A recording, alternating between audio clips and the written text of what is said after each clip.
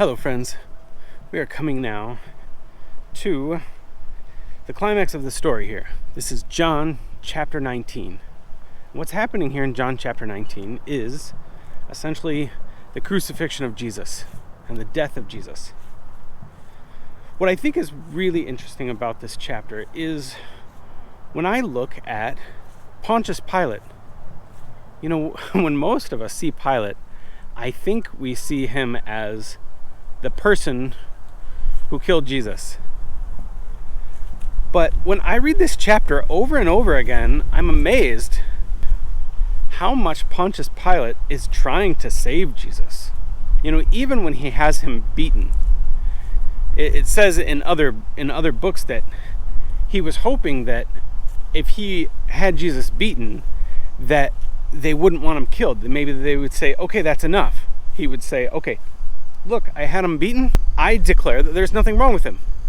So let it be done. It even said that he was worried after he found out that Jesus is claiming to be God. And when I read this, I think, why is John saying all of these things? There's something that's really interesting to me later on in the chapter. After Jesus is convicted and he sentences him to be crucified, he makes a sign that says, Jesus, King of the Jews. Jesus of Nazareth, King of the Jews. And the Jewish people said, no, you need to put, he claimed to be the King of the Jews. And he's saying, look, I have written what I have written. Now, I don't know exactly what this means. I don't know his heart. I don't know what he was trying to convey. And I also don't know what John, the writer of the book, was trying to say when he mentioned this. He's not trying to say that Pontius Pilate was out to get Jesus. It really sounds like maybe, just maybe, and I've never heard anybody say this before, but when I read it, I see Pontius Pilate as someone who maybe saw the place that he was in and didn't see a good way out of it, and really thought that Jesus might have been the Messiah that they were looking for. I really think that Pontius Pilate could have even believed that Jesus was God as he was claiming to be. Now, there's nothing in history that proves that. There's no evidence to prove what I'm suggesting, but what I think is important in this point is this, that John is trying to say, when you look at Jesus going to the cross, don't blame Pilate for it, because he didn't go to the cross because of Pilate. He went because this was God's will, which brings me to maybe the main point, and that is, why did Jesus have to die?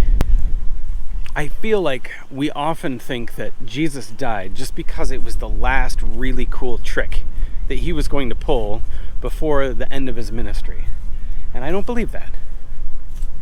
Jesus wasn't trying to say, okay, here I'm at the end. You try and kill me, boom, I can come back to life. That is a good trick, because how do you deal with someone who just can't die? But that's not what's happening here. The Bible says that the wages of sin is death. The reason that Jesus had to die is because there's always a payment. If something goes wrong, if we are supposed to be worshiping a just and righteous God, then there needs to be justice that's coming down somewhere.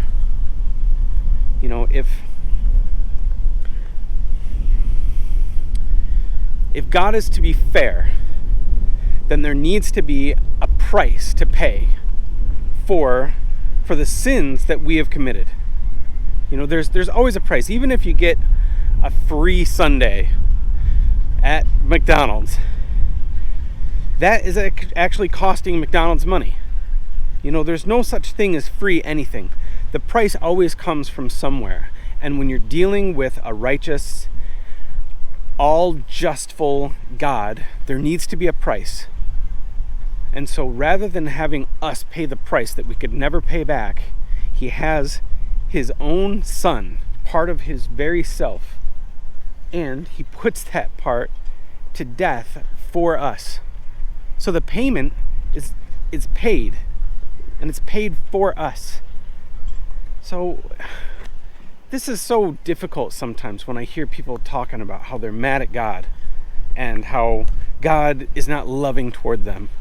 You know, I hear a lot of feminists say that, oh, God doesn't love women. God died for everyone. He died for every race, every person, and every gender, for everyone. He paid for that sin so that you can be with him forever. So, you know, I'm not going to go into the details of everything in this chapter, but I will say this, that Jesus died for you so that you can be with him. And I'm going to leave it at that today. So that is John chapter 19. Have a great day.